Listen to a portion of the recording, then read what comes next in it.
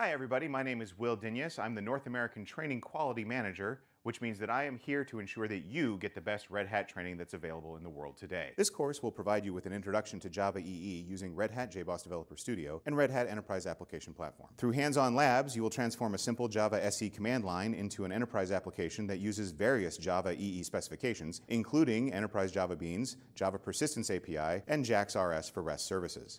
In this course, we'll cover how to generate multi-tiered Java EE applications, package and deploy Java EE applications, create enterprise Java Beans, manage application persistence, and create REST services. What sets this course apart from others is that you'll be working hands-on with Red Hat JBoss Developer Studio and Red Hat Enterprise Application Platform. This course will benefit developers that already have a strong foundation in Java SE and want to learn the basic skills and concepts that are necessary to be an enterprise Java developer. If this sounds like something that is of interest to you, we're going to look forward to seeing you in Fundamentals of Java EE development.